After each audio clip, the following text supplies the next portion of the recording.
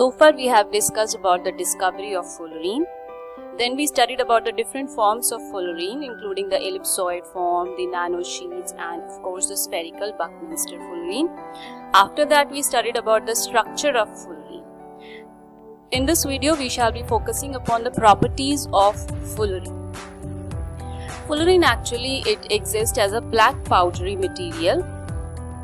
Its ionization enthalpy is 7.61 electron volts, and most importantly it can be compressed to lose 30% of its volume without destroying its carbon cage structure. And this is how it looks like. The first image shows the normal fullerene without any compression pressure applied upon it, and the second figure shows the compression pressure being applied on fullerene, wherein you can see the shrinkage of individual cages is taking place. Moreover, it is only 30% of its volume that the fullerene can lose. That means it can shrink up to 30% of its normal volume without undergoing any destruction in its structure. It possesses low density, and the density is around 1.65 grams per centimeter cube. This low density is actually talked in terms of the another allotrope of carbon, which is diamond.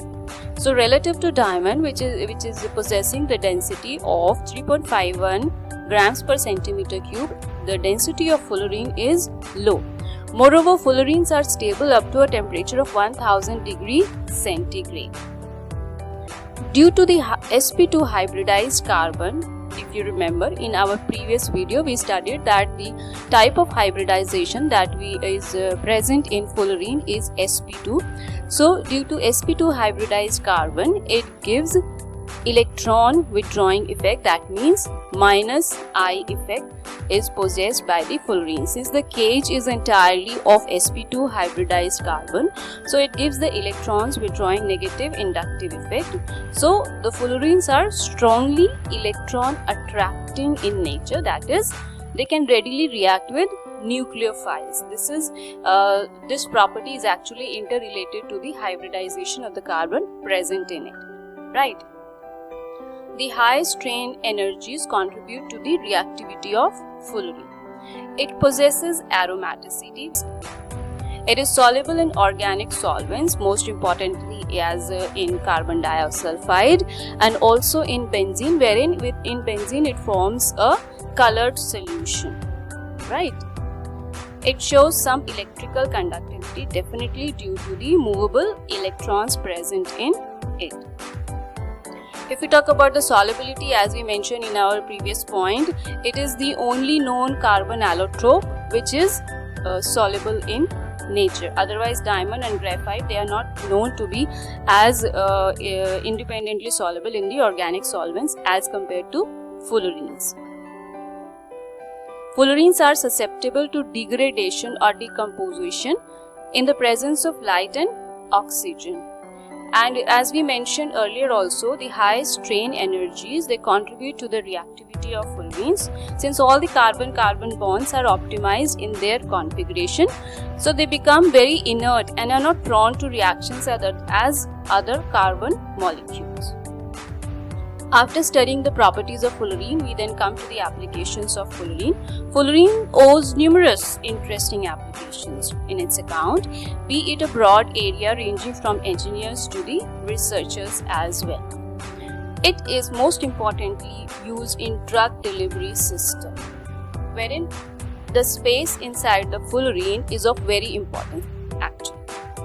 The drug delivery system utilizes this space inside the cage structure of fullerene, which we can see over here.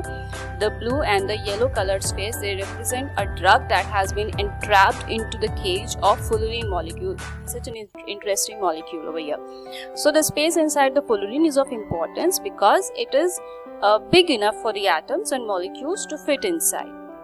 Scientists are utilizing these spaces to cage radioactive metal atoms and drug molecules as well, especially for the cancer drugs. So, the fullerene is around the cancerous cell. The fullerene molecules then deliver the drug molecules, that means the molecule of the drug comes out of the fullerene. This actually prevents the effect of the drug on the healthy cells. In other words, without harming the healthy cells, the drug is targeted upon the cancerous cells only. The next application is scanning tunneling microscope, wherein it is used as a replacement of the standard needle point. This is the needle point of the microscope over here, right? So fullerene, just because it provides a large surface area, it can be used up in the tip of these needle-like probe in the tunneling microscopes.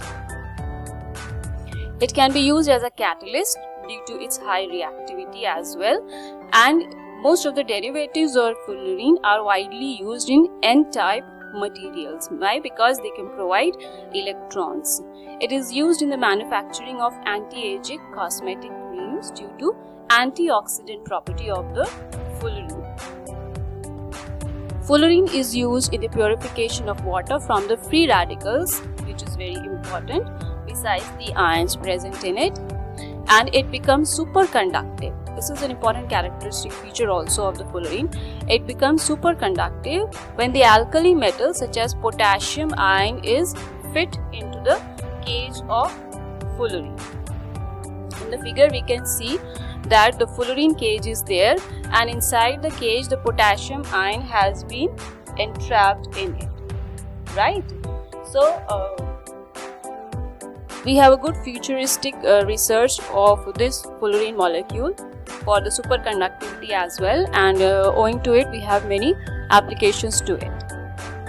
It is a good futuristic applications, yes, of course, in the military armors, wherein the armors are manufactured now using fullerene molecules in them because of their high strength, and the automotive fuels as well. The buckyballs can act as molecular ball bearings also, and thus they are the best suitable for use as lubricant due to their spherical nature. The derivatives of C60 have been widely used as N-type materials that we mentioned earlier also in the organic transistors as well as photovoltaic devices. So you can use these terms over there, the applications over there, wherein N-type materials are used in organic transistor and photovoltaic devices also. And moreover, C60 and their derivatives have strong implications in the treatment of HIV also, since it has potential antiviral activity. Okay, these are the different applications of fullerene.